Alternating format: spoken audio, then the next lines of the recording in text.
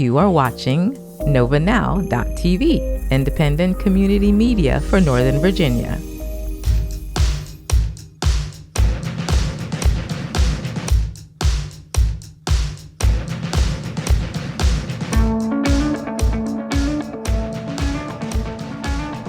Hello and welcome to NovaNow.tv. I am Sam Otero, coming to you from my virtual studios in Fairfax, Virginia. And I'm in the pilot's chair, but fair warning, there are turbulence ahead.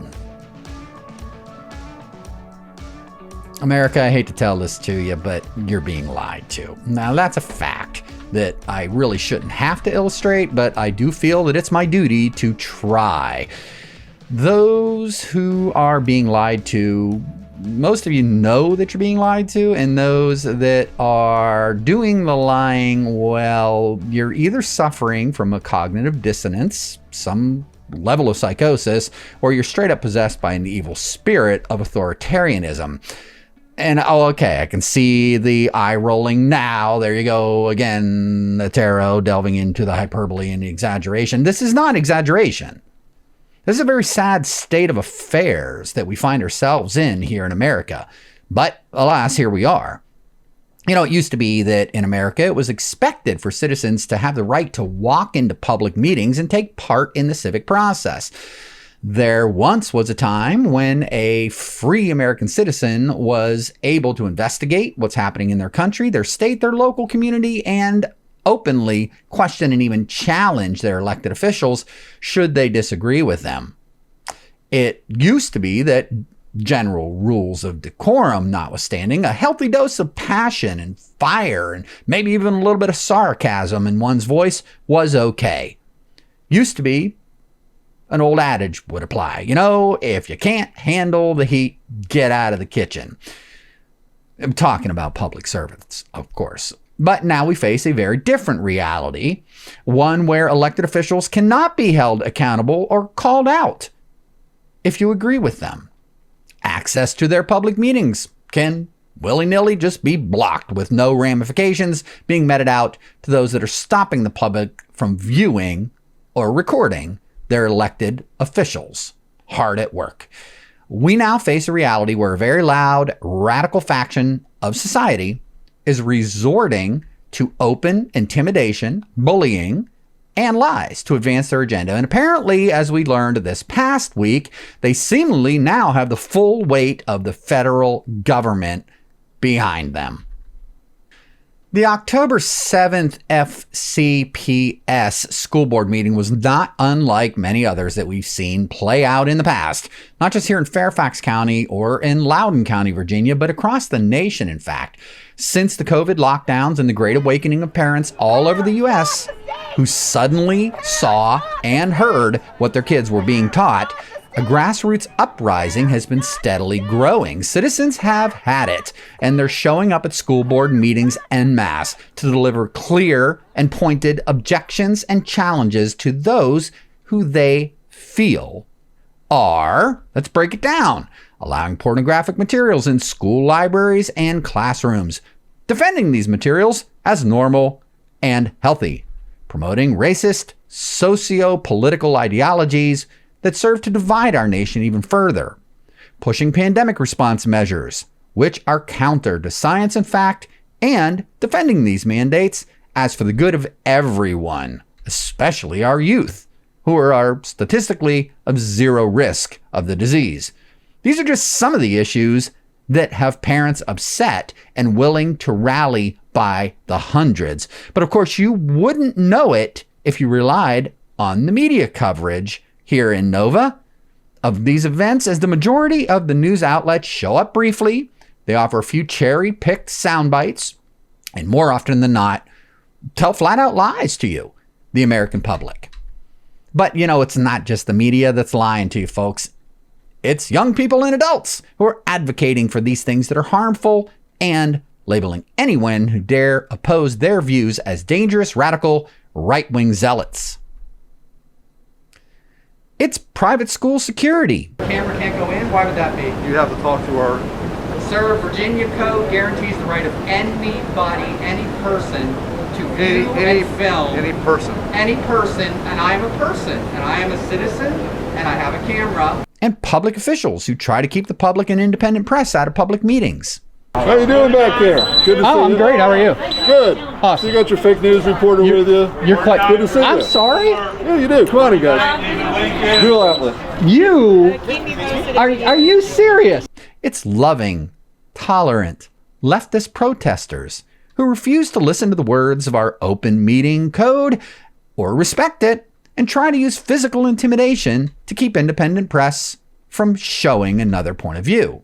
Be able to go in there and provide a stream So if you've done to this the public. before, then you understand Yes, that I they have rules. Then Sir, Virginia code is explicit. Any person is allowed to access, view, any There's a reason person. why I don't Sir, you don't understand want to that. hear what I'm saying I'm to just you. talking to you. What I'm You're saying to yelling. you is Virginia code states explicitly any person may record and right. film in any public meeting as they choose to. And no rule can be adopted to keep them from doing so. that's actually not true at all. You're That just is making true. Stuff up No, now. I'm not. There's That a it's security Virginia- risk of having a No, camera this sir. size. No, that's not true. You're just Look it up. obstructing. No, you are wrong. You are wrong. It is Virginia law.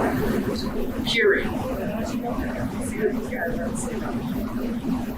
I'm not No, yelling. you're just being It's the ridiculous. truth. I'm not being ridiculous. They're Why squashing. should you go home? I think you should go home. Why should I go home? Are I you have a right recording to be right here now? just as you do. Actually, we're live to the internet. Tell the world right now why we should not be allowed, the public should not be allowed in there with their cameras. Go ahead, please.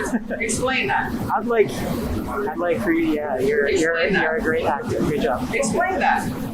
Explain why Virginia I don't code have should to be explain broken. anything. I just asked you to be a little bit more considerate of the people here. Okay? I am being considerate. No, you're not. You're actually being very disruptive. And you're being disruptive. You're blocking No, me. I have a specific duty here You to need be to move out of my move way. disruption. You need to move out of That's my you. way. You're being sir. a disruption. You need to move out of my way. You see what you're doing?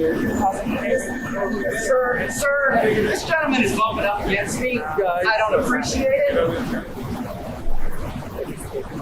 Oh, on face press. Yeah, okay. Where's your press This badge? is how it works, folks.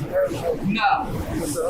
No. Camera, people with cameras are allowed under state code. Thank you. Well, who are you with? He's not. Okay, hang on a second. We found out. Please. In recent weeks, I've been on the ground at some of these meetings and protests, and my camera tells a very different story than what you're seeing in much of the local press. It's hundreds of people showing up at these protests, not dozens. It's peaceful, educated, productive citizens of all ages across the political spectrum speaking out on a wide range of concerns, not just anti-LGBTQ zealots. And it's the authoritarian left who are in fact acting as bullies and trying to intimidate those who would dare to stand against them. So, finding this interesting that we ran into this at Loudoun County as well, except up there they didn't let the public in at all. So, press is allowed in. And I've expressed my concern that Virginia code states explicitly that any person may be allowed to videotape, photograph, otherwise document any portion of any public meeting that they so choose. So I'm being told that they have to clarify that. Wow. So my apologies that I am sweating profusely. This thing is heavy. That was rather intense. And, I want to apologize a little bit for getting a little bit agitated. But, you get to a point where you go, I shouldn't have to explain this. These folks should know the code, and apparently they do know the code because they let me in. But this is indicative and illustrative of what some of the frustration is with the public, which is these arbitrary limitations and squashing of rights. Apparently, the folks here know the law a little bit better than they did up in Loudoun County. So my hat's off to the security here. They were respectful. I was getting a little bit hot, granted. Now that gentleman that was out front, absolutely, completely wrong-minded, getting in my face, physically bumping up against me. That is intimidation and downright bullying. Somebody who out there is apparently on the other side of that. So they know how to bully. And when bullying doesn't work, what do? You play the victim card. to anyone who will listen. And it's not just the media that is apparently listening. Nope.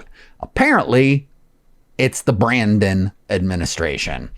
Since launching NovaNow.tv on July 4th, 2021, I've covered many local events, entertainment, local businesses, and recently I've been showing up to more and more of these school board meetings and related protests. Why? Well, because there's a notable lack of perspective and viewpoints that are contrary to the approved social narrative being promoted by the entrenched, now embattled local officials and their lackeys in the press.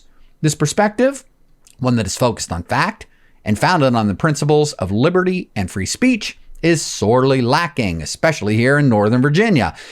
I went into this endeavor solidly committed to my libertarian ideals and desiring to establish a dialogue with anyone who would like to share their story with me and my audience. But more and more, I'm finding that's just not possible with many of those on the extreme left who have sunk to authoritarianism as a means to roll out their world view. Let's recap. At an FCPS meeting in June, I gladly interviewed a member of the local Pride group, 2 members in fact, giving them the chance to discuss the issues that concern them calmly and reasonably. And in fact, we actually had good talks. We disagreed on many of the issues, but it was civil. The next day, then, I wake up to the news of the local NAACP official issuing scathing, hateful, and dangerous rhetoric at that very same meeting. I missed that part of the meeting. I sure would have loved to have had a discussion with her, but I missed her rant. But what I didn't miss was the very same young man that I had interviewed who talked so passionately and eloquently about inclusion and the importance of equity and tolerance, clapping and smiling as this woman said those now infamous words about anyone who is standing in the way of their agenda. What was it? Yeah, I think she said, let them die. And after giving this young man as my platform, having a civil discussion, I watch him clapping and smiling in response. That broke my heart. That really did. Then, Loudoun County. Well, what can we say about that train wreck? The board has been bullying citizens who have been challenging their shenanigans for well over a year. And the citizens are fed up. They're tired of being talked down to. They're tired of being lied about. They're tired of being put on hit lists and having their viewpoints skewed, censored, and twisted. They're angry, and rightfully so.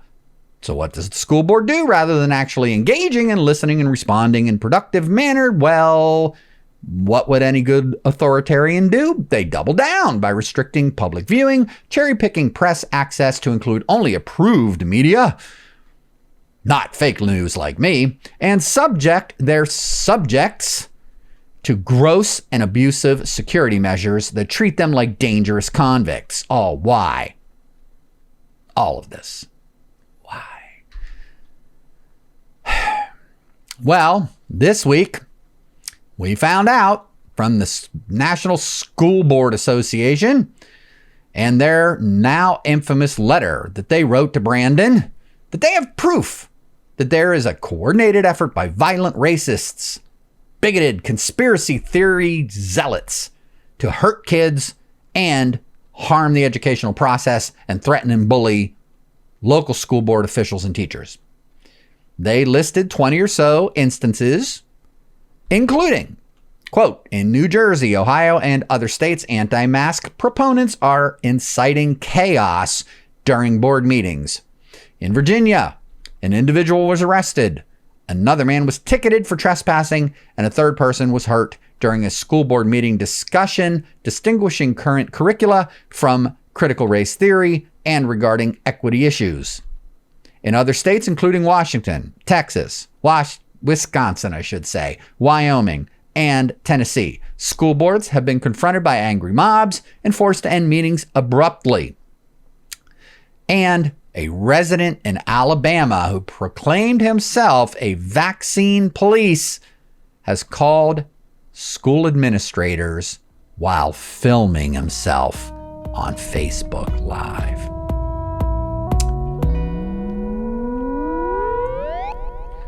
So I think you might get it. This is no longer just the school boards listening to the cries of those who are marching forward with their given agendas while hiding their own sharpened teeth behind a mask of feigned victimhood and righteousness. No, it's Brandon's Department of Justice who is also listening and acting and coming after any American citizen daring to show up at a school board meeting to express their displeasure with critical race theory, COVID measures, or LGBTQ related topics.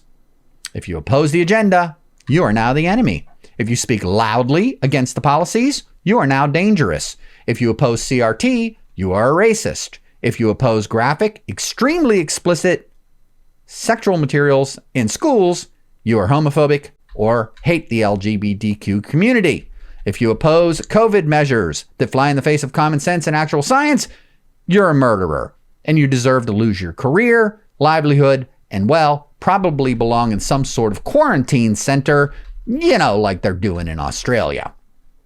You're a menace to society, simply put.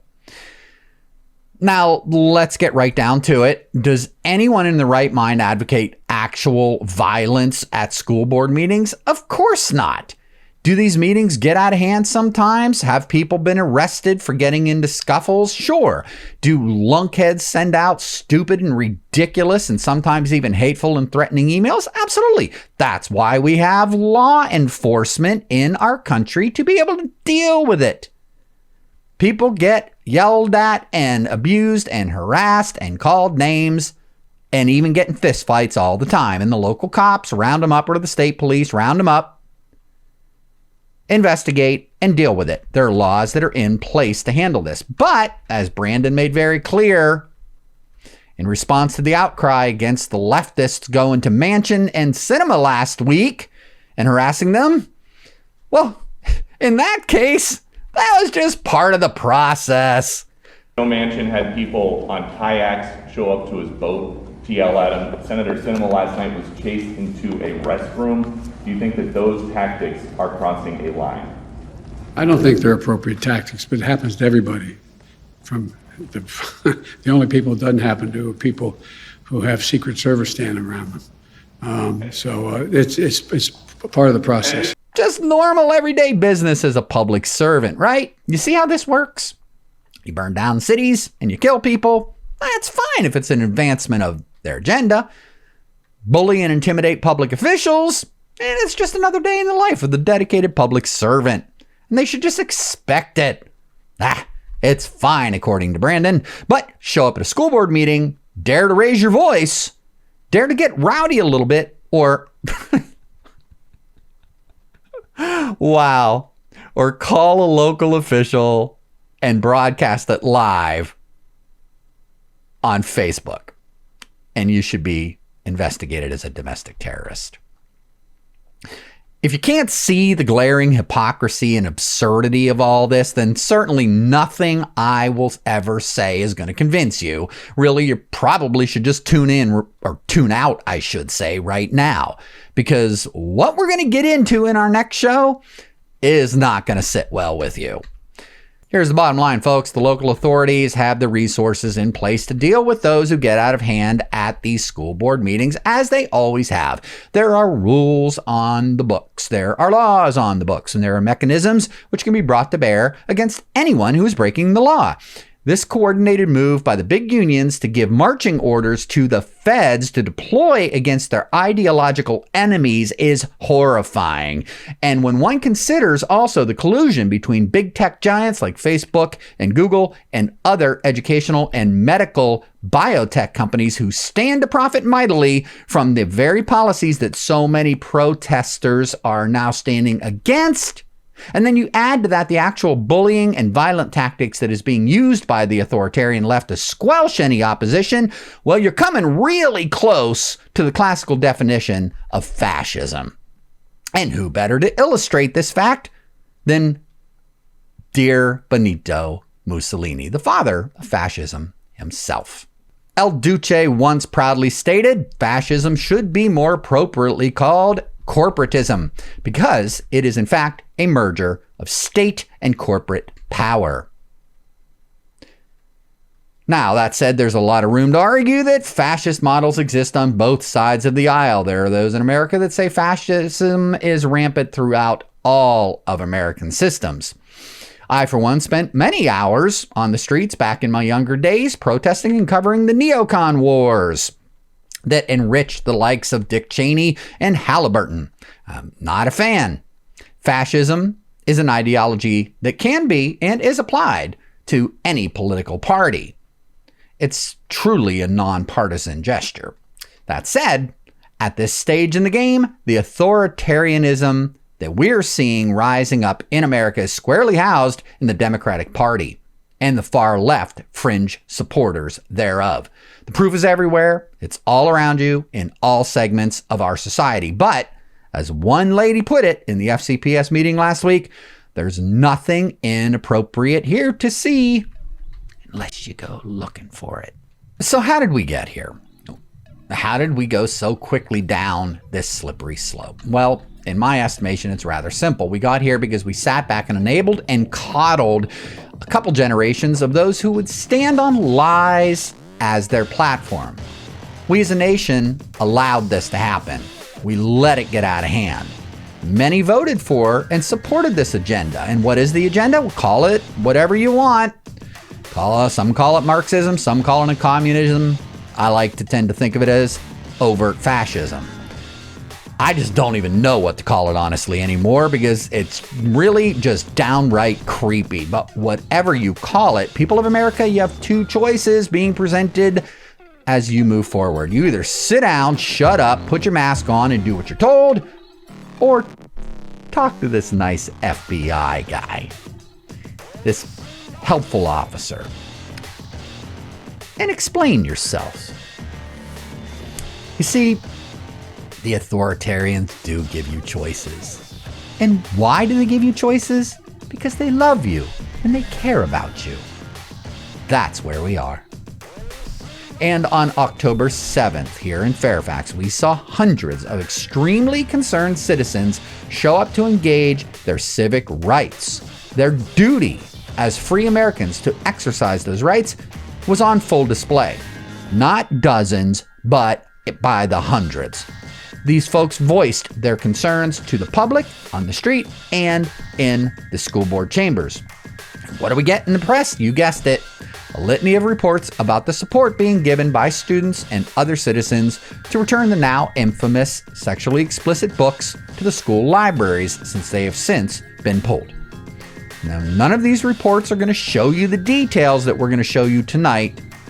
They just give you tidbits and opinions about some people thinking that they're just fine. They're nothing but sweet, healthy books that are helpful to society, and they should be shown and available to our children. Now look, I'm not going to sit here and justify my belief structure to anybody. I have my relationship with God, and I feel that I have my worldview that I maintain that drives me through everything that I do in my life. I'm not going to speak for anyone else as well that was out there on the streets or in the boardrooms expressing their opinion that the materials in question are harmful and not appropriate for kids in schools. Those who support these materials will indeed label any detractor anti-LGBTQ, a hater, a homophobe, etc. There's nothing that I can say, nor will I ever offer, that would justify what is in someone else's heart, nor keep somebody from labeling me as such simply because I object. And no rational argument is going to change their mind. So I'm not going to waste time trying to do that. And I can't speak for anyone but me. So all that said, in this episode of NovaNow.tv, I am speaking for me. When I say that I am absolutely 100% on the side of those who believe that these materials that are in question, the materials that I've seen, the materials that are real, are gross and disgusting. For me, It's not because they're dealing with content that is exploring LGBTQ relationships and sexuality. No, but rather the fact that they are extremely graphic and sexually explicit. If it were a depiction of a grown woman engaging in explicit sexual activity with a young boy, I would object just as vehemently. This is the position of everyone that I've interviewed as well. But those in favor of this agenda want you to think otherwise. They're the victims, you see. They're the marginalized. They're the unaccepted. They're personhood is under attack by people whose hearts are filled with hate. So when I started digging deeper into this and other related stories, I found myself faced with a dilemma that my stomach turns to even have to face this choice here on my new fledgling network. I either tell the truth or shut up and accept the lies. Where are you with all of this, America? Where do you stand? Or do you stand at all anymore for anything? How much will you take? Will you lose your job? Will you lose your career? Will you end up homeless? Will you justify your concerns to the federal agents who come knocking on your door to get inside your head and in your heart and by chance, perhaps, drag you off to a prison cell? Will you just silently accept any kind of material in your children's schools without your review or without your right to question? You know, that's what the unions want. That's what Terry McAuliffe wants. That's what the authoritarians want. And apparently, that's what Merrick Garland wants. Oh, what's that, you say? He's just protecting our communities from crazy right-wing zealots. Oh, yeah? Not so fast there, folks. For in case you missed it, just another little tidbit of news broke last week that Merrick Garland's family stands to make mad money promoting and selling a software solution to school districts across this nation, which opponents say is nothing more than a data mining scheme to create psychological profiles of families. And right here in Fairfax County, one outspoken citizen, Ms. Asra Nomani, Vice President of Investigations and Strategy at Parents Defending Education, she put it out to the world in Twitter and on international media. Merrick Garland has declared war on parents, Nomani posted on Tuesday. His daughter is married to the co-founder of Panorama Ed, which is under fire for its multi-million-dollar contracts with school boards. At Defending Ed, parents are sending us tips. We raised the alarm, and now Garland is trying to silence parents. Panorama Education will profit from Garland's outrageous silencing of parents who are challenging its data mining of K through 12 students, she wrote in the group's website. Talking to parents all over the country, from Beaverton, Oregon to Barrington, Rhode Island, and they are more emboldened because, you know, the one thing that you understand very clearly when people put up such a resistance is they are hiding something. And I know that you understand not only the teachers union is involved in this big machine, but there are multi-million-dollar contracts that the school systems are doling out. Oh, yeah. And one of the revelations that we got this week is that, in fact, Merrick Garland's daughter is married to the co-founder of one of these big tech companies named Panorama Education that's just raking in millions of dollars, including here in Fairfax County, Virginia. Mm-hmm. So there's a little bit of a conflict of interest, a big conflict of interest. And as you know, people protect business, right? And the administration here is doing exactly that with these school systems because they are multi-billion-dollar economies. Yeah, and that is... So here's how it goes here in Fairfax County. Promote the approved state-sponsored agenda, get in line and accept it, shut up with your silly oppositional views, spent millions in tax dollars to purchase Panorama's solution to collect social and emotional data from K through 12 students, or if you don't, and if you dare to show up at a school board meeting and raise your voice in objection, Mr. Garland's Department of Justice will label you a domestic terrorist. So this brings us, of course, to Mr. Brandon. And where is he in all of this? as inflation, shrinkflation, and supply chain shortages reach historic levels, as shots are literally being fired across our southern border, as tens of thousands of workers now face homelessness over their decision to dare to stand for medical freedom, as parents all over this country try to grapple with the litany of lies, the overwhelming avalanche of absurd scenarios that are thrown at them every single minute of every single day. Where's Brandon? Well, he's right where he told you he would be all along. He is your fearless general, right out front, fighting in the battle for the soul of America. I've said from the outset of this election that we're in the battle for the soul of this nation. The country is crying out for leadership. Leadership that can unite us. Leadership that brings us together. It's the one thing he hasn't lied to you about. America, you're being lied to. Will you continue to accept it? Or will you, like so many thousands and thousands of fed up, free-spirited Americans, stand up and loudly say, no more? I can't speak for you. I know where I stand, and I'm not speaking for others. I can only speak for me and my household and my small company. So, that said, for everyone here at novanow.tv, I'm Sam Otero, and be it known, Brandon, let's go. In the next episode of Nova Now, we are going to delve deep into these issues, and we're going to explore some of the literature that has been approved for school use, caused an outcry across the nation, and in some cases, actually pulled from the school shelves. And now, that same material is being reviewed for reconsideration as groups of students and grown adult citizens petition their schools to return these controversial books to school libraries. You know, this is something I struggled with greatly, and I came to the decision to air this content because, well, notwithstanding my upset stomach,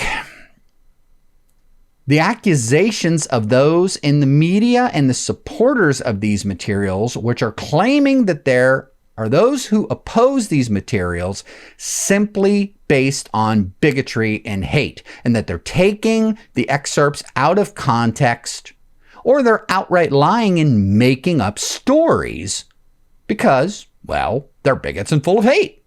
So we're going to take a look at the facts of this controversy, and we are going to explore this in detail, explicit detail.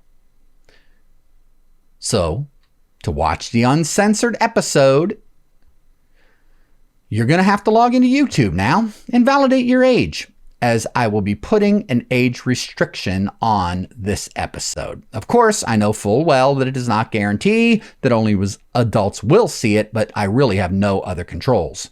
And in fact, if there are any of you out there who have a problem with me airing this content on my show, content that has been widely and openly available to any kid in your schools, then you need to stand up and you need to speak to the school officials who put it there, and to those who are telling you and still telling you that it's just fine.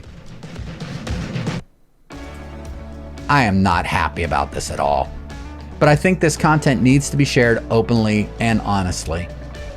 So next up on novanow.tv, we're going to share the uncomfortable truth with you and let you make up your own mind.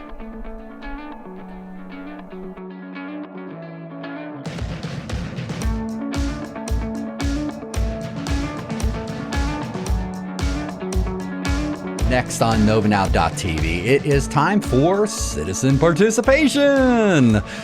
Unlike at some local school board meetings, I am joined by a group of Fairfax County citizens who have been extremely vocal about this and other issues. They, like me, are standing against the lies and those who are standing on their lies and are leaning on authoritarian tactics to quash opposition. Dr. Harry Jackson is a founding member of the Coalition for TJ. I'll let Dr. Jackson tell you about that. He is the parent of 3 children in the FCPS school system, and he's a retired naval officer. Dr. Jackson, welcome to the show, sir. Thank you. Well, thank you for having me. Harry Jackson, I'm an FCPS parent. My son goes to Thomas Jefferson High School for Science and Technology. I have a middle schooler that goes to Rachel Carson Middle School, and I'm homeschooling a kindergartner all in Fairfax County. And as I said, you mentioned before, I'm a founding member for Coalition for TJ, which is an organization of parents and parents, alumni, and others interested in the community for preserving merit-based admissions policies to Thomas Jefferson. Well, that's actually another topic for another show we should delve into at another time. We appreciate you taking time out of your very busy schedule to come on and enlighten us as to what happened at the FCPS meeting last week. Elizabeth Schultz, next up, she served as the U.S. Department of Education's Deputy Director of the Office of Educational Technology, and she was twice elected to serve on the Fairfax County School Board, one of the nation's largest school systems. Elizabeth has just completed a senior fellowship with Parents Defending Education, and she's working with the Eden Gordon Media Group and an amazing group of women on anti-critical race theory national speaking engagements. And she's a fireball. Elizabeth, welcome to the show. You really were getting people fired up at the protest last week, and appreciate you speaking up. Well, as a mom, my main concern is addressing what's happening in our school system and whether or not we have any accountability of 12 school board members who should be governing based on their ability to deliver an excellent education to our students. And instead, they're focused on delivering ideology and politicizing our children's education and taking away the rights of parents. Just like, politicians, our U.S. Secretary of Education, the National School Board Association, everybody's trying to squash the rights of parents and their voice. And I actually want to elevate that. Outstanding. Next up, Laura Timmons worked in residential real estate management for 25 years in Texas, Alabama, Georgia, Florida, Maryland, and Virginia. She then retired to raise her family and became a volunteer in her children's school. And she's one of the founding members of Voices of Fairfax. Laura, I just met you a few minutes ago when we did our show setup. Greatly appreciate you coming on the show like this and sharing your story with us. Welcome to NovaNow.tv. Oh, Laura, we need you to remute or turn on your microphone, please. I'm sorry. Not a problem. There you go. I also have, both of my children grew up in the Fairfax County schools. I still have a daughter who's a senior at Langley, and my son is going to a private school currently and will continue until he graduates.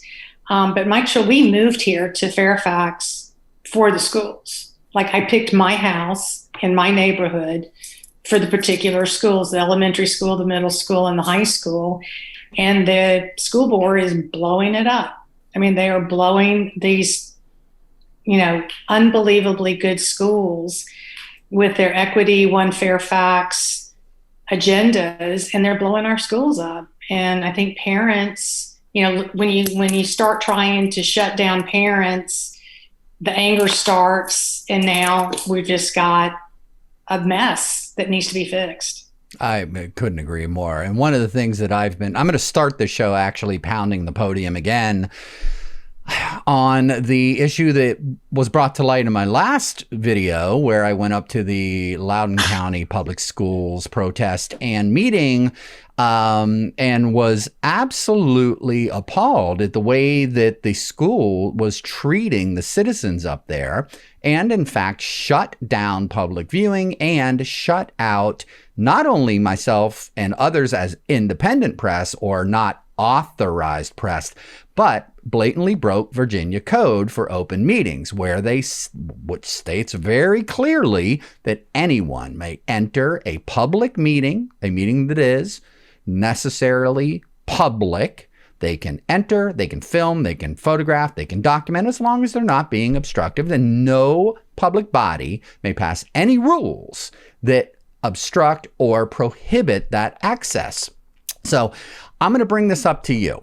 On the 28th, we saw it in action. If you haven't seen that video, folks, it's powerful. It really is. We have school officials on camera admitting to breaking a Virginia code. It's astonishing. And I'll share with you the response that I got via email, which is even more shocking. So, very interestingly, at the Fairfax County Public School meeting, we saw yet another attempt to squash, at the very least, the public's right to videotape in the meeting hall. I was met with opposition. I'm not going to share the video here with our guests for the sake of their time, but I will insert and edit this video. Let me go ahead and roll this, and you can actually, I think I'm going to set this up in the monologue where we show me coming up to the doors and the security guards telling me that I could not bring my camera in. Now, mind you, this was live streaming over YouTube. Told me I couldn't bring my camera in. I reminded them about public code. And when I got to the point of saying any person with it, the guard says, yes, any person. And I'm going, what am I, a turtle carrying a $5,000 camera rig here? I'm a human being, and I am a citizen that is invested in quality gear to go out and share the stories of their community, and I have a right to go in, and I am going in. Then, interestingly, I don't know if you guys saw this, but I had another obstacle. Unfortunately, I was placed in a position where I had to face down a belligerent who he was apparently, according to him, a self-appointed guardian to keep people that these counter-protesters to you folks deemed unsavory or obstructive out of the meeting. He told me I was being obstructive, and he literally tried body checking me. I haven't spoke with the police about it, but he literally did bump against me physically. So I don't know if that's an assault. Didn't want to make that issue, but I did complain to the guards and said, this dude is literally body checking me, and I'm standing there with this heavy camera, and he's literally bumping against me, telling me that I'm lying about Virginia code, no such law exists, that I'm just a good actor and I'm just fake news, and told me to go home. I said, sir, who are you to keep the public out of it? I mean, it was obscene what we saw. So, Elizabeth, we started our conversation where you brought this up, and I want to start this conversation with you on this topic. Then we're going to get into talking a little bit and getting very explicit. Folks, we're going to drop the bombshell here, and we're going to show you the material, and we're going to read the materials, and we're going to put it out there for you to decide. You can go to YouTube and watch the unedited version of this. So you draw your own conclusions. So Elizabeth, let's start with you on this tactic of those who are opposing you, your colleagues, and others, now including myself, through intimidation, bullying, and playing the victim card. Who's really doing the bullying here? Your mic is muted, dear. Certainly, I do believe that we're in a situation where we have authoritarians seizing control of not just federal government, not state government, not your state houses, but all the way down to the local school board level. And those tactics, whether in Loudoun County, where they're wanding speakers and only allowing speakers in a few at a time, and no audience, and you have to present your ID. So we don't have to have voter ID in Virginia anymore, but you need to have identification, present your papers in order to speak to a local school board, is incredible. And you see the cutting back of time, the amount of time that citizens are allowed to participate. In Fairfax, we used to have 3 minutes. They've now cut that by a third and down to 2 minutes. So now you have suppressing the amount of time. You have increased restrictions on, you have to present a lease or other proof of residence. So everything is designed to bring the weight of government down on the people who choose to participate. And with the actions of Attorney General Merrick Garland last week, in saying that now, in response to this atrocious letter from the National School Board Association seeking intervention of the federal government and federal investigation, the FBI investigating parents, that they are outright bullying parents into not showing up to school board meetings. People, particularly in the Northern Virginia area, have a lot of association with the federal government. Either they themselves are military, retired military, they're federal employees, and many people have things like security clearances. So the idea that that there could be somebody that's jeopardizing you, doxing you, some fellow advocates and people who work in this sphere to highlight what's happening in education, not just in Virginia, but across the country. Critical race theory, the sexualization of material in the libraries and in the curriculum. We were doxxed by Media Matters, and really, with an attempt to threaten people's employment status or future employment. And so there are very heavy-handed authoritarian tactics at play here, all with the purpose of getting parents to shut up and go away. We know better than you. And that's what Terry McAuliffe said. Parents shouldn't have a voice in what their schools teach. They want parents to go away, and they want to insert government in between the parents and their children.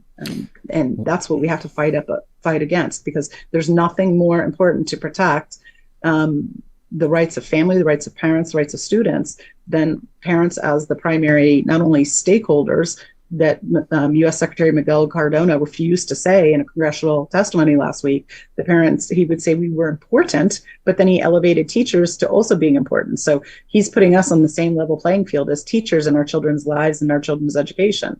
And parents have to step up and push back. Well said. One of the concerns that I have too regarding the media is the spin that we're seeing when you read the media stories after these meetings.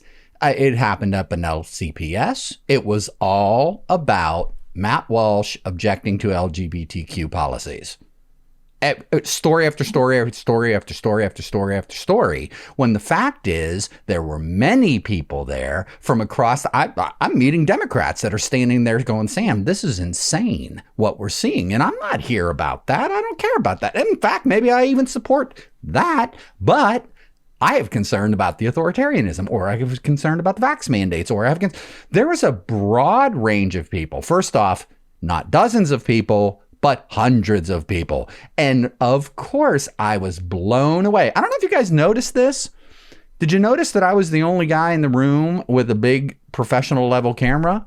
Wasn't that amazing? Where was the media? Where was the press? You know what they were doing? They were getting their little sound bites and putting together their 2-minute clips, again, focusing on the LGBTQ issues and these books.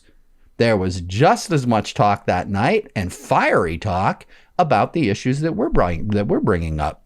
So it's astonishing. I want to get your thoughts on this. This is a clip that you don't see. Our Asra Nomani, who is what recently on many national news outlets bringing to light these very points that Elizabeth is talking about. She went right after one of the school board members, and I thought it was one of the best best comments of the evening. And you don't see this one on the news. Wait a minute. The 9/11 terrorists can't be called terrorists, but I can be? Wow. That was powerful. I'm going to go ahead and play this for you real quick. Let me pull this up, and I want to get your guys' reaction. So I'm going to mute my headphones here and bring in this video. Here sometimes because I want to hear what you have to say as you try to pursue your tactics of deception and political corruption. But now you have a room full of parents because you have not listened to us for the last year and a half. We stand here now. My shirt says very simply, I'm a mom, not a domestic terrorist. You, Abrara Maish, sat here on the eve of 9/11 and dared to say that the hijackers from 9/11 should not be called terrorists. But now we sit here before you. Stacey Langton came before you exposing pornography that you are buying for our school libraries, and not a single one of you phoned her. Not a single one of you has followed up with her. And so why do you have this parent engagement when you don't want to engage with parents? You've made it now federal policy to terrorize us, to take a war on us. Why are these parents here? You are parents. Can you not have any comprehension of the frustration, anger, and just sadness that is gripping the hearts of parents across this country? You speak about... Stop that. Yeah, it is absolutely astonishing. And you don't see clips like that on the news. Several citizens that night, again, I didn't see any comment about this over and over and over. And I'm going to air some of the footage, the select footage that has to do with these hot button issues. Pro and con, I'm going to air it all on the show here, unedited as it is. But several things that were missing from the news coverage, the citizens that are challenging the way Asra did, what the DOJ has issued, and directly demanded that the school district come out with a resolution objecting to that move. Now, several citizens brought that to the table. Now, of course, in the open meetings, they're not required to respond. Do you think there were any responses to the folks that were saying that they should react and stand up for the cause of freedom and freedom of speech? What do you guys think? Are we going to hear back from the school board on this? Harry, what are your thoughts on that? My thoughts are we certainly will not, particularly talk about Aurora Mesh, who, in a tone-deaf manner, wouldn't recognize the victims of 9/11, where over 3,000 individuals perished with their lives from the actions of a couple of dozen terrorists that were intent on bringing the destruction of America. And now they are equating parents to being at that same level as if it's a Timothy McVeigh. It's absurd. It's ridiculous. It's insulting. And the only reason that they're doing it is to exert control over the community. And it's appalling. It truly is appalling. One of the things that I found in this story, as a newcomer, I'm going to be real honest with you. I've been just dealing with my move to Nova from out of state right at the beginning of the pandemic, getting to know people, trying to get work, just trying to survive the pandemic. And I started delving into this and putting my citizen journalist hat on back in late spring, April or May. So I'm getting caught up on several years worth of stuff that's been going on. And not the least of which is this issue of, is it porn? Is it not porn? Is it healthy? Is it good for our kids? Is it absolutely destructive and horrific?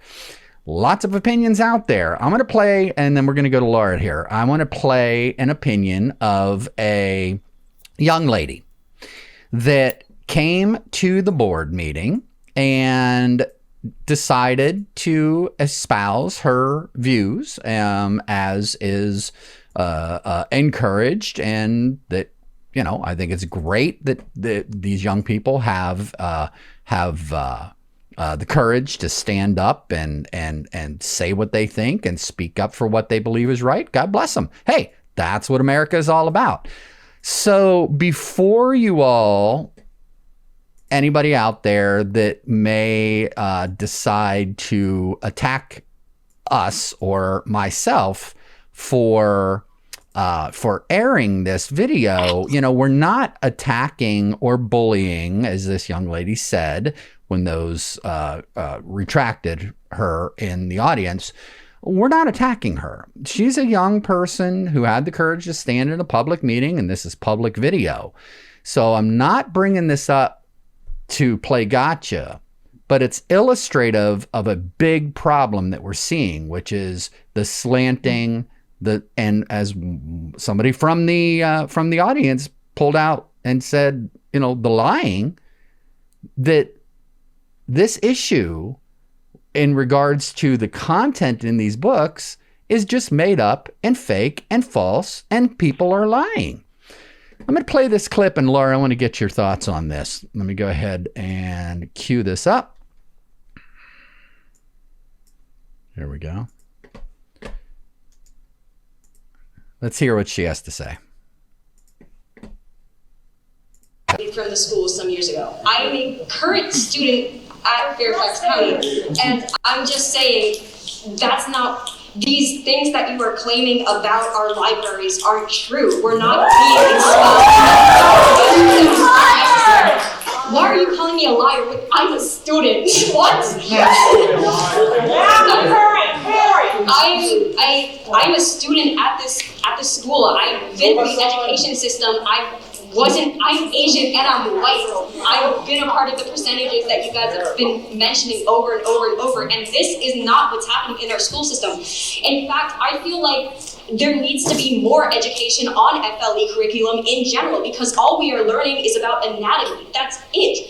I know more about the anatomy of others than I do myself, and that's just unnecessary. Ms. Willett, if you just pause for just a minute, I'd like to remind our audience that our speaker has 2 minutes. We'd like to hear from her. Please allow her to finish. Oh, really?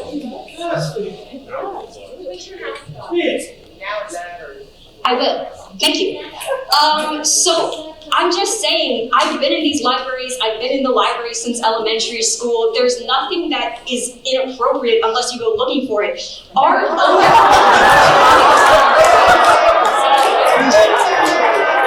Okay, let me go ahead and stop that. So, we hear a lot about context with the folks that are defending these books, that you guys are taking things out of context.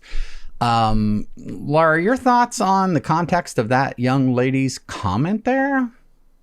So I was at that meeting and was one of the speakers and was in the audience when this young lady was speaking.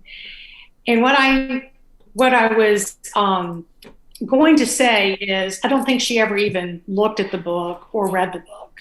I think that they are protesting us for wanting the book removed only because of the topic matter. And I really do believe that the books were probably not reviewed when they were put in, or at least that's what I'm hoping for. I'm hoping that because it was an American Library Association book winner, young author, that genderqueer was put in books without any review, that it was just put in the libraries because it was an award-winning book from a binary author. There are many books on the subject of transgender that are not pornographic. And they can put books in about a subject matter without making it porn and soft porn. These books are graphic, and half of the people that were talking about defending the books had probably never even looked at the books.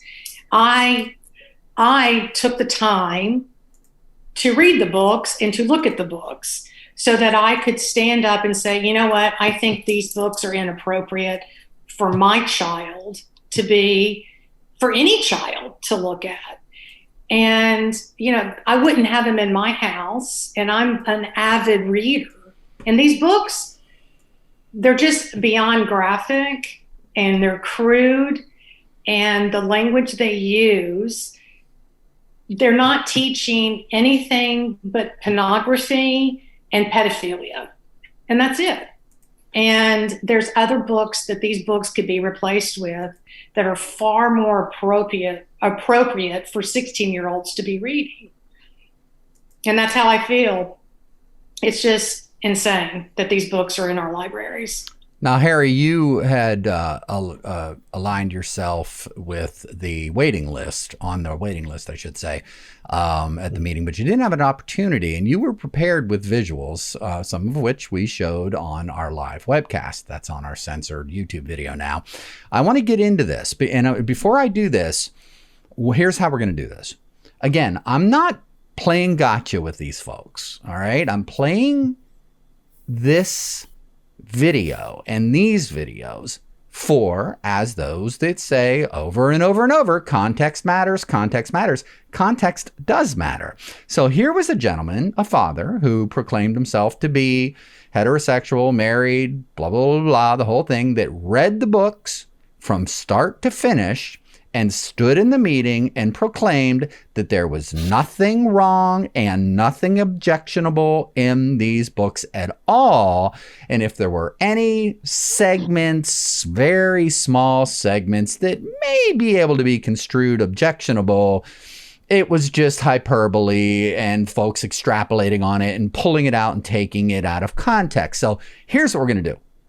We're going to put this argument in context. I'm going to play this guy's comment, and then, Harry, let's have a little Mr. Rogers story time moment, and let's read from these excerpts that this gentleman stood there and chastised you and others for being concerned about and saying this is okay. And then I want to talk about the 400 plus young people who issued a demand to the school and the grown parents who are defending these books as appropriate and, not, dare I say, even healthy for the youth of our community. So let me go ahead and cue this up, and I'm going to bring your faces on camera as well as I have been, because I want to see your reaction to what he has to say. Here we go. To listen to all of us tonight. I'm not an activist. I've never spoken to a school board meeting before, or even attended a school board meeting before. I'd rather be watching football right now if I could. But there's important issues in our community and I want to address them. I'm a parent in the district. I have 2 children who've gone through FCPS. One's now in college, one's a junior at Langley High School. I'm married, been married for 27 years, to a woman no less. And my kids and my wife were all conventionally gendered, and we're heterosexual. So I'm not here speaking on behalf of a marginalized community. I'm speaking on behalf of a parent in a community who wants to talk about what kind of community I want to live in. After last meeting, I heard about the 2 books that have been pulled, Gender Queer and Lawn Boy. And of course, having heard the scare talk, I decided to read them. So I read them from cover to cover, which I doubt most people who have. They're big, sweet books. Big-hearted, poignant, funny at times. There are a couple of moments that you take out of context, sound scary, but really aren't anything that is central to the book. Certainly, they are not promoting pedophilia. The books are no less or more inappropriate than you can see on TV shows our kids watch, Rick and Morty, American Dad, other kinds of satire, things you see online. The kids aren't going to be hurt by these books, but they might grow a little. They might grow an appreciation for the struggles people deal with in dealing with complicated issues of class, race, gender, and sexuality. So I want you to think about the children when you look at these books. But don't just think about the few children who might find an uncomfortable moment in these books, or the parents who might have to answer an awkward question. Think about the children who are marginalized and who will see removing these books as spitting them, as attacking them, as telling them they are not welcome in this community. Well, I don't want to live in a community where those people aren't welcome. So, your thoughts. Let's go backwards on this one. Your thoughts. Let's go backwards on this one. Your thoughts on his ending comment that he wants to live in a community where everybody is included. Harry, is your opposition to these books based upon bigotry, and that you want to invalidate folks' personhood, and that you don't want them included in your community? What's really going on? Well, I think the only persons that I wouldn't want included in my community are pedophiles, and I think most people would agree with that. We don't want sexual predators within our community. As far as an attack on the LGBTQ community, that is an absolutely false narrative. I mean, this gentleman is claiming that this material would be seen on something such as your Saturday morning TV shows or on Rick and Morty. Rick and Morty and your Saturday morning TV shows don't show teen-on-teen, girl-on-girl action using strap-ons and dildos. Your Rick and Morty shows don't give visual depictions on how to perform fellatio. And if you're talking about porn, let's talk about straight-up porn. I'm a naval officer. I've been retired for 20 years. I grew up with knowing that they had like racks filled with naval ships on what was straight up pornography. I know what straight up pornography looks like. And that is what's in the libraries. And their argument is that they're trying to say, well, you can have we have straight porn in the libraries. You can have gay porn. No, you shouldn't have porn at all. So let's talk about his ability to read the books, if I may. You mentioned, should I go into story time? This is the book that this gentleman is claiming to read, Lawn Boy. We haven't gone into the graphics of Gender Queer, where it shows an older teenage boy fantasizing about sex between a man and a child, as well as, again, those graphic depictions I talked about earlier. But let's talk about it. And it's important to talk about context, and I can agree with that. I mean, you have to look at the context of a sentence within the paragraph within the page within the chapter within the context of the book. But there are certain passages, there are certain excerpts that are taken out that are so extreme that cross that boundary, and we are here. And this is what the community needs to know about. It is not acceptable to promote or to endorse sex between adults and children, or to sexualize children and to think it's okay. Okay, hold that thought there, Harry. Hold that thought, buddy. Okay, here's our parental advisory, folks. This makes my stomach turn. I don't want to have to do this, but I feel a responsibility as a young man with a fledgling news outlet to tell the truth. And the fact of the matter is there are a lot of lies and a lot of spin that's going on, and we're hearing folks defending this content. So we are going to air this content uncensored as it exists in your children's schools. We're going to put this on YouTube. You can watch it uncensored. For those that are watching on Facebook, we're going to be bleeping out the audio and covering up some of the more explicit images. You can watch it logging in as an adult on YouTube. Okay, that all said, disclaimer all put forth. Let's go to Harry Jackson's story time. Oh, good morning, boys and girls and citizens of Fairfax County. Your school board and parents of the Fairfax Pride are claiming that these books are not pornographic and have some sort of educational value. So let me read from the excerpt of Lawn Boy. And they said we are providing all in context, but there are some passages that certainly cross the line. Let me begin. I'm going to be reading Lawn Boy by Jonathan Evison, author of the revised Fundamentals for Caregiving, and I'll be starting on page 91 and reading to page 92. He says, Mexicans. No facts. Well, that's normal then, Nick.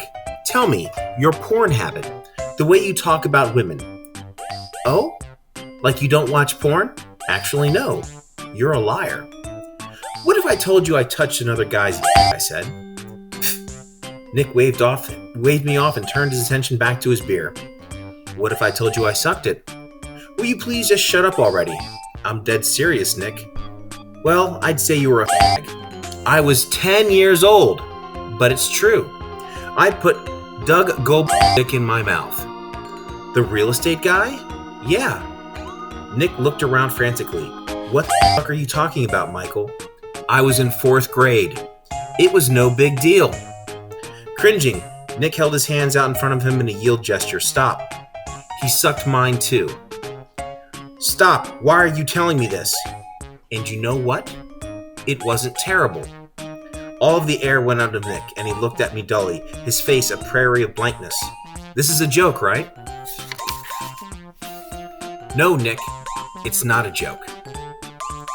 So, that's a quick excerpt of that book that we're talking about. This is what's in our schools. This is the material that they are pushing to our children in this controlling environment where they are pushing parents out of our schools. Terry McCullough says that parents should not have the right to go into the library and pull books from the shelves. This is not acceptable. This is pushing pedophilia. This is pushing the physical and sexual boundaries of our children. This is putting into the minds of those that are older that it's acceptable to touch a 10-year-old child and to have sex with a child. It's putting into the minds of a 10-year-old child that if someone does inappropriate touching, that it might be okay, that you might think that this is acceptable. It is not. Citizens of Fairfax need to be aware of this and need to stand up. We are not terrorists, but we will fight for our children. Elizabeth, that gentleman that stood there before the board and said he read this from cover to cover and that insinuating that you all that are concerned about these very small portions of the book and taking them out of context and that this big sweet book, as he put it, just that one page, he said does no damage. Your thoughts on his message to the school board? So if you read, some people say that the author, in his interpretation, he's saying that he's talking about when this man was also 10, so that he's recounting when he was 10, as if depicting for high school students either a pornographic scene that is ambiguous, that it's between a 10-year-old and an adult male, or between two 10-year-olds is okay. But, if it's two 10-year-olds, it's okay. And when I'm in front of the school board, and what I keep refreshing in the minds for all parents is I have no adjectives. I have no codifiers in what I've said. Porn for kids is bad. It doesn't matter if it's heterosexual porn, homosexual porn, porn for kids who are homosexual, porns for kids who are heterosexual, porn between adults and children, or porn between children. You don't need any qualifiers whatsoever to say that porn for kids is bad. And this is the part that is so incredibly disturbing, that adults, LGBT adults who are employees of Fairfax County, who have their FCPS Pride organization that advocates for the rights of LGBT adults, are using their position to prompt children, minor children, to protest to keep porn in the libraries or in the curriculum for themselves. Hear me again when I say this. There are adults who are leveraging their rules of authority over minors to say that the minors should step up and protest and advocate for keeping pornography in public schools, paid for with public school dollars, for only from their perspective that this is healthy for LGBT youth.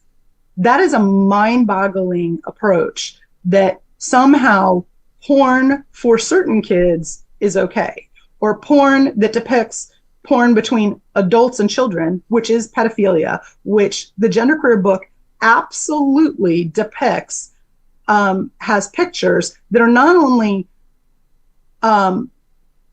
so graphic that if that was depicted in a movie, children would not be able to go see this. That showing fellatio between two preteen teens, that looks like it's between two boys, but it's really between two girls who have modified themselves with sexual toys to be as boys. That is somehow an image that any child who is a minor needs access to in order to deal with any issues relating to their own sexuality, or to understand the sexuality of others. That is a perversion of what it means to teach children about their own health. This I will say about the young lady who presented and said that she didn't see any porn or pedophilia in the libraries unless you went looking for it. Yeah. So that's an admission there was that it's nothing there. inappropriate Just don't go unless you went look for it. Yeah. But she made an excellent point that she didn't learn enough about her own body. That's actually true. That was actually one of the points that I made repeatedly on when I was on the school board for 8 years, that family life education was not about family, not about life, and not about education. We weren't teaching young women, and now we're putting young males into the same category of having to learn about the female nature of a female body. That there are sexual health issues that are particular to the biological female body that young women should learn. Now, whether they learn it within the context of public school or not, but a graphic novel that depicts sex between children, minor children, and is being fantasized about it in a way that when I'm an adult, I get to think about this, an adult either 18 or over, or somehow teens in high school are deemed to be quote unquote adults that should be accessing this porn is madness. And we have we have several schools in Fairfax County that do not align to just K through pardon me for the pun, K through 6 as elementary. Some are K through 5, and some are split lower elementary and upper elementary. We have middle schools that are not just 7th and 8th. So, and we also have high schools that are secondary schools, so that there are 7th through 12th graders. So with this material in a secondary school, there are some children who enter 7th grade at the age of 11. So if you're even taking the position that this pornography is good for high school students, which is still insane because almost all high school students are minors, you're putting it in a library where there is no restriction to children all the way down to age 11. So straight across the board, the fundamental takeaway from this is if you're reading a pornography-laden book that depicts, whether it's, images of adult men, what would be in law a felony is physically assaulting someone under the age of 15. So that would be a felony in Virginia law, visually, or you're talking about sex between 10-year-olds or otherwise. Why is that necessary at all for minor children to view? Why is it necessary really for anyone to view? But how do you make the argument that porn for kids is good? You're either pro porn for kids, or you're anti-porn for kids. And I think that being anti-porn for kids has nothing to do with the sexuality of the child, of the minor child. It has to do with lewd and lascivious acts being either portrayed in words or images, and delivered under the guise that somehow this is healthy and sweet, as that gentleman stepped forward and said at the microphone that this is sweet. It is not sweet to depict graphic, pornographic images between adults and children or children and children and somehow define that as sweet. I have another clip that I'd like to play, and then we're going to go to Laura and get her thoughts on this. And then I want to go to Harry, and we're going to show some of these images. So here is a clip of I don't know if she's a mom. I know nothing really about her at all, but what she says is rather interesting. And we're seeing this a lot parroted by those that are objecting to your objections and are saying that the board needs to bring these books back in, that this is not based on the content. This is, that apparently there's more or equally risque books that are in there that depict these acts in a heterosexual context, and that nobody's objecting to that, but that your objection is simply based upon the fact that these are in an LGBTQ context. So listen to what this lady has to say. Then I want Harry to read or show the images from the other book, and then I'm going to get Laura's reaction to this and what she has to say. Let me go ahead and play this for you. Here we go. A small group of parents should not dictate what books are in our libraries. It is no surprise that the American Library Association lists the top reasons books are being challenged are because of LGBTQIA+, anti-racist, and perceived anti-police content. That is what's happening here in our school district. I trust our librarians to provide diverse and inclusive books of all groups of students for my kids to be able to read and learn on a wide variety of topics. All of this hateful and divisive rhetoric at these school board meetings not only harms our students, but fuels hate and hate-filled violence, and it must stop. Learning cannot take place if students do not feel safe or valued. I would hope that all of us would want to ensure that all our students feel valued and safe in our schools. To our school board members, I'm so very grateful for your hard work the last couple of years and during this incredible, difficult time. Thank you for all that you do for our kids in our schools. Wow. It's not often that I'm speechless, but I got to tell you, that blew me away. Laura, your thoughts on her accusations that she laid down very vehemently and passionately, by the way. You folks that are speaking counter to these things, raising your voice like that, apparently you're intimidating and you are now a domestic terrorist. Interesting. Go ahead. It's the visceral anger that she's expressing towards any thought process different than hers. But this is what parents are dealing with every day with this school board and the advocates of the school board. She's angry. Can you imagine trying to have an adult conversation with her with a differing opinion? And that's what we're dealing with the 12 people on the school board. And, she's a strong advocate of the school board. And I'm amazed that any adult would stand up and defend the books that they're defending. It's almost like if you're a mother or a father and you're defending the books, that I'm at a loss for words for it. If you're an adult and you don't have children, then, you might have a different opinion.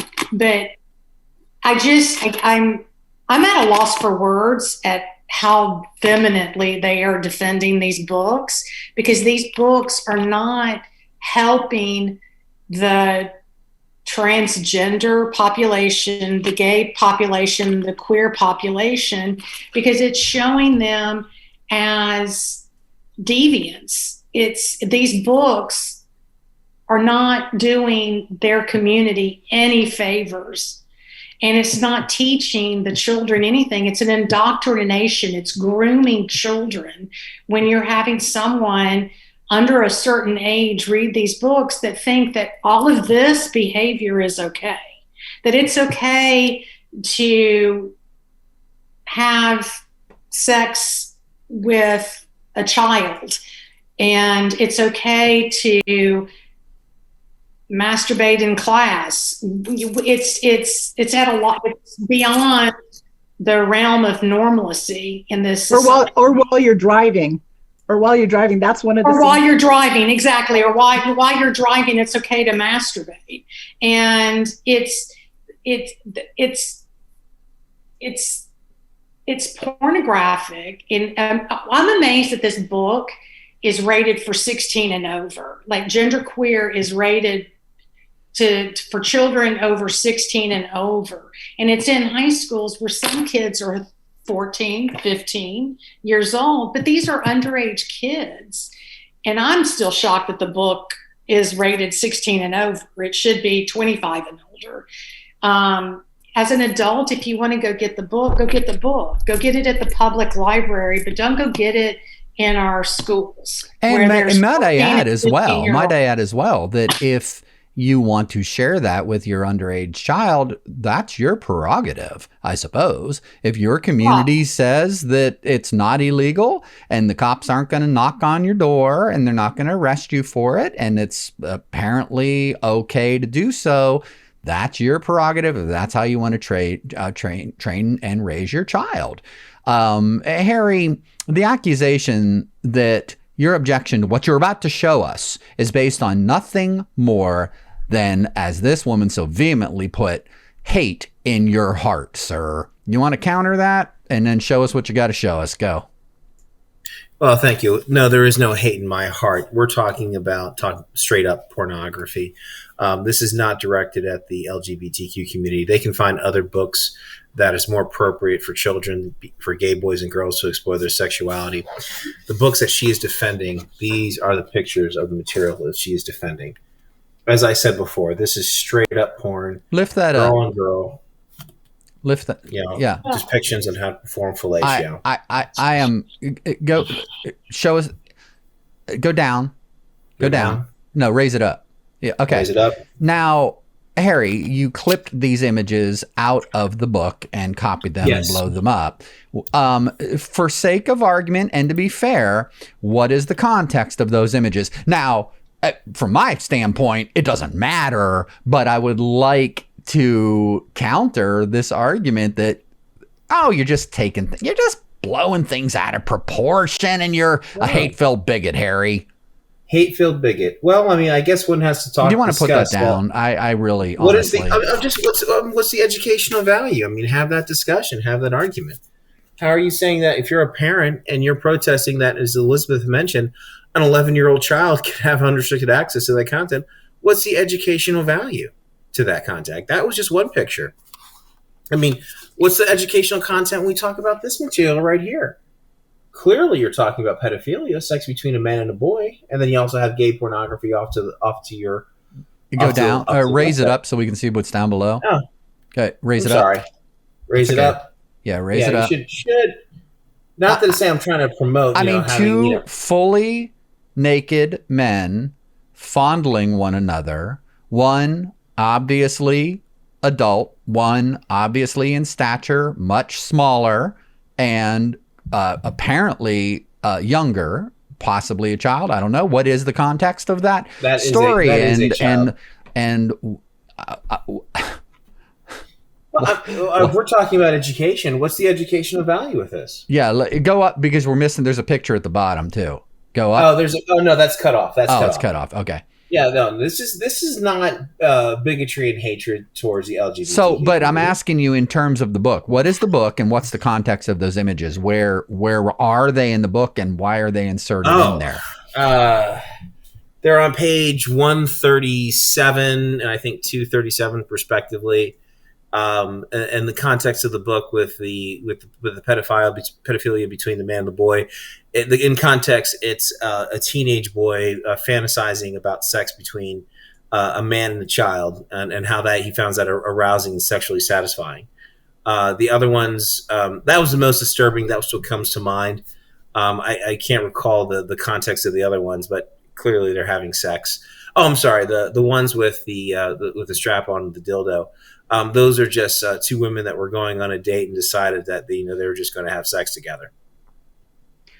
Well, it's actually a young girl who wants to be a man and is fantasizing about what it's like, driving and masturbating as a man and having sex as a man with another man. And so this is the thing.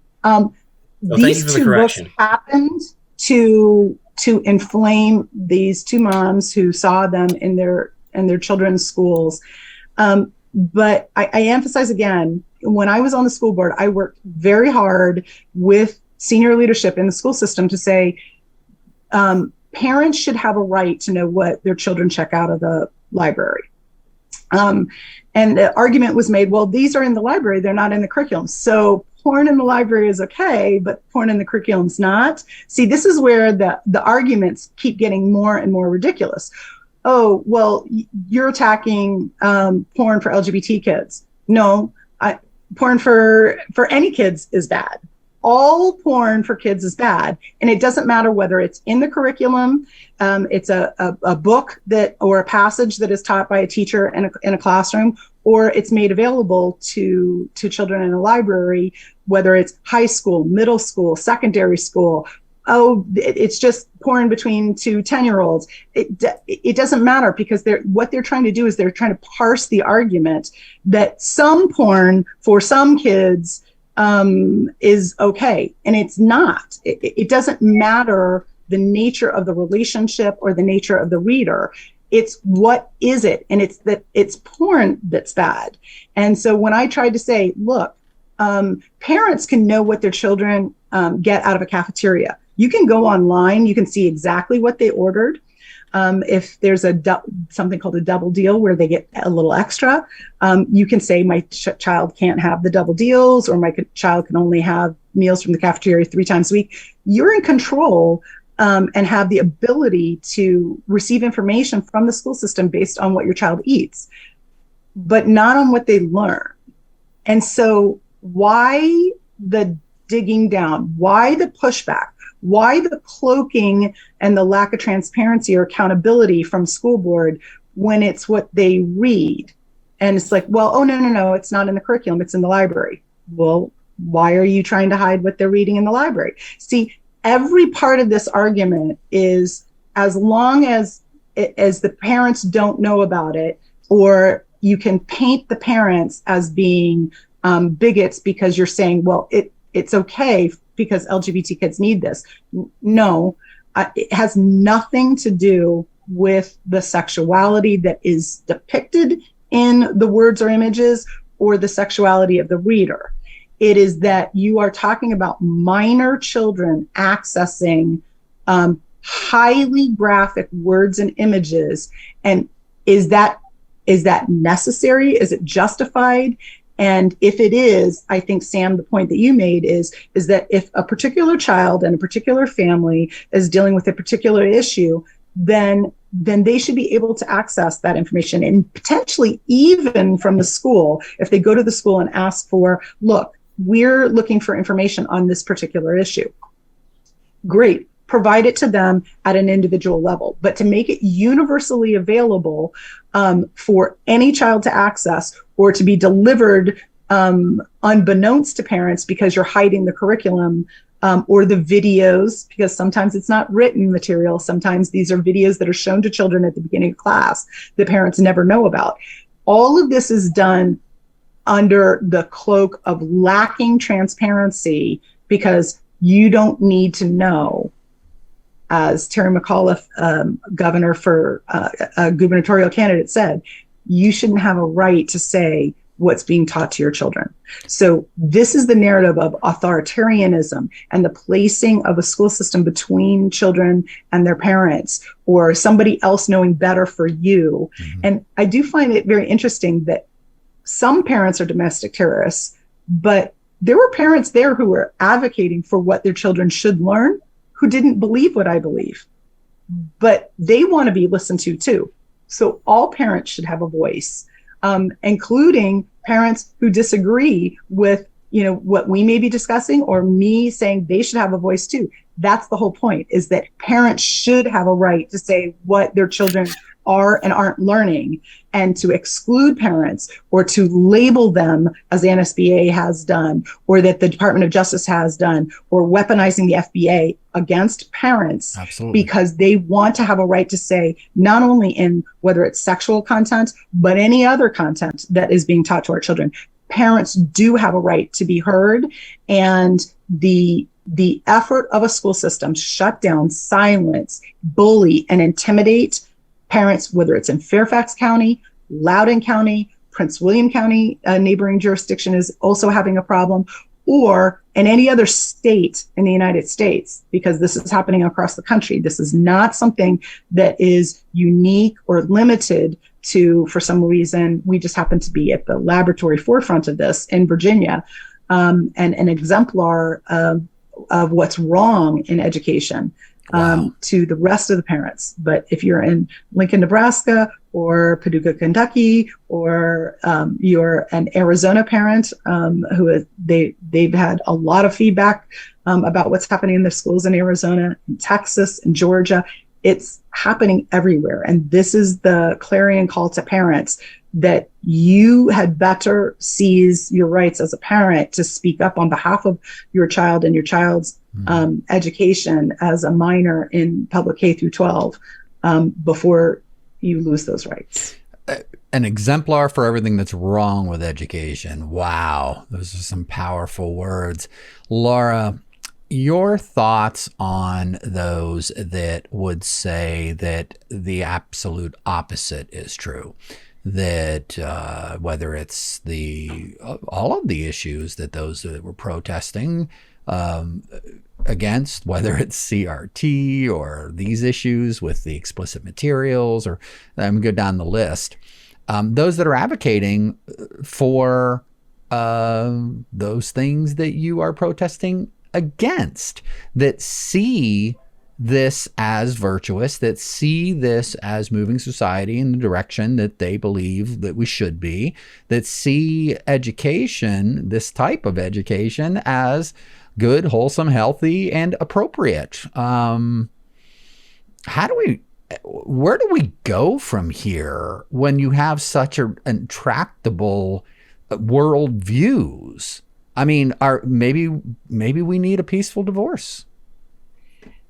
I don't know if we'll ever agree, but just like when I was talking to one of my friends who didn't find the books as repulsive as I did, and I asked her, and she went down the line of, well, these kids need these books. And I said, really? And I said, so you would have no problem if this was depicted as a adult male having sex with an underage female, and you would have no problem if these pictures depicted a heterosexual male and a female. And when you showed the grown man with clearly a younger man, let's say the grown man was still there, but it was a younger female, would you still have the same opinion? And she goes, and she couldn't really answer the question. And when you can't answer the question on the opposite side, it's the argument you almost win your argument, because this has nothing to do with the homosexual population and what they need. They want to be treated equally, and there's nothing wrong with that, and they should be. It should be equitable. But if you're going to sit there and say that porn's okay for a group of people, but it's not okay for another group of people, your argument falls apart because it's no longer equitable anymore. It's either fairness and the same is what everybody wants, right? Mm-hmm. That's what equity is, fairness and sameness, that you're treated fairly. Well, where's the porn depicting heterosexual relationships in our school library? We've seen that a lot. A lot of people mentioned that in the news reports and at the board meetings that, again, there are heterosexual, we're running not like this. That we're, right. And I'm if anybody, hey, listen, I'll put the challenge out there. If anybody watching would like to come on the show and illustrate, samples and examples of pornographic illicit materials that are in the schools that are depicting heterosexual relationships, and you want to talk about it, and whether you're in favor or objection or an objection, then contact us and come on and we'll have a discussion. In fact, Harry has offered to debate anybody that would like to come on in defense of the materials that he shared with us. Harry, I know we only got a few minutes here. I'm going to go ahead and give you the last word. Tell us, you made comments several times about the Kevin Spacey defense. Let's hear about that. Well, the Kevin Spacey defense is, for those of you that may not be aware, when Kevin Spacey was accused of sexually assaulting a minor, he used that as an opportunity, as a moment to come out of the closet and to say that I'm actually openly gay. And he used that as his defense of making excusable when he was, I believe he was 27 at the time when he had assaulted a younger child. And that's not acceptable. Hollywood did not accept that argument for him, and he's been blackballed from Hollywood ever since. And when I refer to the Kevin Spacey defense, when I talk about with Carl Frisch, where he is defending these books and doubling down on this education, he's saying it's necessary for the LGBTQ community. Or I felt that I had to sit in the board member when Stacey Langdon brought this to his attention, saying I had felt necessary to defend the LGBTQ community. That was a Kevin Spacey defense. He was using the LGBTQ as a shield to defend child pornography, to defend pedophilia. And that's what I'm referring to as this Kevin Spacey defense. It's not appropriate. It wasn't appropriate in Hollywood. It's not appropriate in Northern Virginia. Very good. Okay, folks, all I can say is thank you for the work that you are doing to enlighten and educate and to motivate others to get involved in the civic process. My prayers and thoughts go out to all of those that are out there facing federal scrutiny now for daring to show up at meetings and to speak. It's a scary time. It is scary. It really is. I really, truly, and I, hey man, I mean, I know I get excited and I can be prone to a little bit of hyperbole mixed with sarcasm and for the sake of illustration and making points, I do that a lot. It's in my personality, but I mean this when I say this. We're standing on the precipice of a complete authoritarian, draconian nightmare. We're there. And we're going down that slippery slope now at 1,000 miles an hour. And pick your hot button issue, pick your hot button topic. It all boils down to, are you ready, willing to acquiesce to a governmental body that has merged with global corporations who are deciding your personal health, your education, the health and the well-being and the education of all of your children, whether you have the right to exist and earn a living? Where is this going to stop? It is incredibly disconcerting. And I hope this show woke some of you folks up out there. You need to get activated. You need to get moving. And you need to realize the lateness of the hour. That said, all my guests, much love to you. God bless you all. Thanks for coming on NovaNow.tv. And I'm sure I would like to follow up with some of you on some other issue shows. Perfect. Thank you. All right, Laura Elizabeth and Harry, thank you so much for joining us on NovaNow.tv. I'm Sam Matera. Wow. You know what? When I started this network, I never really thought that I would be broadcasting something like this, that I would even have to broadcast something like this. What a sad day. What a sad day. If you'd like to come on the show, and you would like to have a discussion about your viewpoints on the world, you are more than likely to contact me at novanow.tv. You can chat, live chat, if you catch me there, or send me an email at info@novanow.tv. And of course, you can follow up on Facebook and other social media channels where you find us. And we ask you, please remember, we're nothing without you. Without your eyeballs watching our content, without your mouse sharing our content, and without your support through subscriptions, we don't exist. This is a small operation, and we have no commercial sponsors. We need your help. We need your support. That said, for novanow.tv, I'm Sam Matera, and I'm out. Till next time, peace.